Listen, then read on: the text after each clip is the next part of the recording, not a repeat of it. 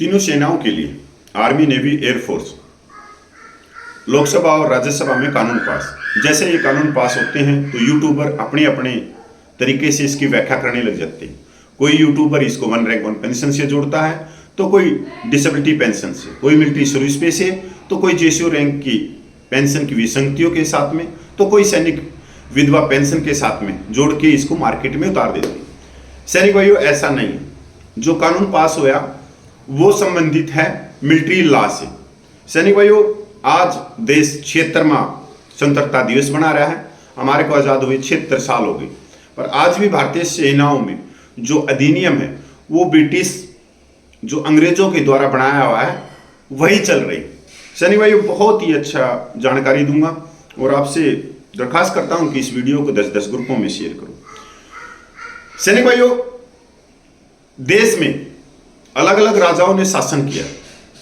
1670 में राजा जहांगीर के समय अंग्रेज, ब्रिटिश भारत में आते हैं व्यापार करने के लिए। कॉटन, मसालों की कंपनियां वो लगाते हैं। वो जहांगीर से परमिशन लेते हैं कि हमारे को अपनी कंपनियां की सुरक्षा के लिए प्राइवेट आर्मी की मंजूरी दी जाए। वो प्राइवेट आर्मी खड़ी करते हैं जिसको गार्ड बोलते हैं उस समय। उसी के लिए वो रूल रेगुलेशन बनाते हैं। आगे चल के जो प्राइवेट आर्मी में, उसी में भारतीयों को भर्ती करना शुरू कर देते हैं और वही ब्रिटिश आर्मी कहलाती है। उस ब्रिटिश आर्मी के लिए जो पहले जो कानून बनाए गए वो 1670 में बनाए गए। उन्हीं को अमेंडमेंट करके the Indian army act 1911, the Indian navy discipline act 1934, the Indian air force act 1932 बनाए गए। देश 1947 में आज़ाद हुआ, 1950 में संविधान लागू हुआ। तो उस समय यह कानून जो ब्रिटिश के द्वारा बनाए गए थे, यही कानून भारतीय सेनाओं में लागू कर दिए गए आर्मी एक्ट 1950 के द्वारा।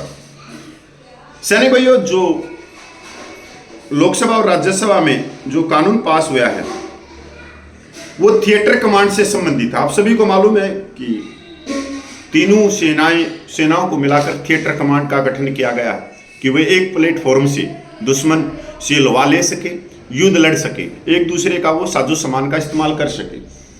मैं आपको बताना चाहता हूं, लोकसभा के बाद राज्यसभा ने भी सेना के अंतर सेना संगठन, कमान, नियंत्रण और अनुशासन विधेयक पारित कर दिया गया है। इस बिल के कानून का शकल अख्तियार करने के बाद सेना के एकीकरण व थिएटर कमांड के गठन का रास्ता सुगम हो जाएगा। इसके साथ ही राज्यसभा ने अलग अलग अधिनियमों के कारण सेना के तीनों अंगों के अलग अलग अधिनियमों के कारण एकीकृत सेना के कमान, नियंत्रण और अनुशासन संबंधित मामलों में गंभीर अड़चनें आ रही थी। यह विधेयक सरकार को सेना के तीनों अंगों के मिलाकर अंतर सेना संगठन गठित करने का अधिकार भी देता है।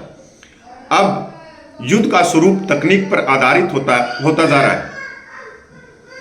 ऐसे में सेना के तीनों अंगों के साथ काम करने में जितनी भी कानूनी अड़चनें, उसे दूर करना समय की मांग है। यह बिल उसी दिशा में एक महत्वपूर्ण कदम है।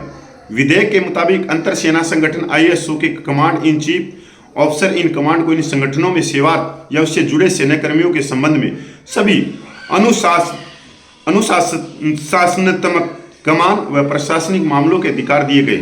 इससे सशस्त्र बलों के काम काज में आमूलचूल परिवर्तन आएगा। कमांड इन चीफ विभिन्न अंगों के जनरल ऑफिसर, फ्लैग ऑफिसर या एयर ऑफिसर होते हैं, जिन्हें ISO में कमांड इन चीफ और ऑफिसर इन कमांड के रूप में नियुक्त किया जाता है। अब कार्रवाई के लिए मूल इकाई में भेजने की जरूरत नहीं होगी।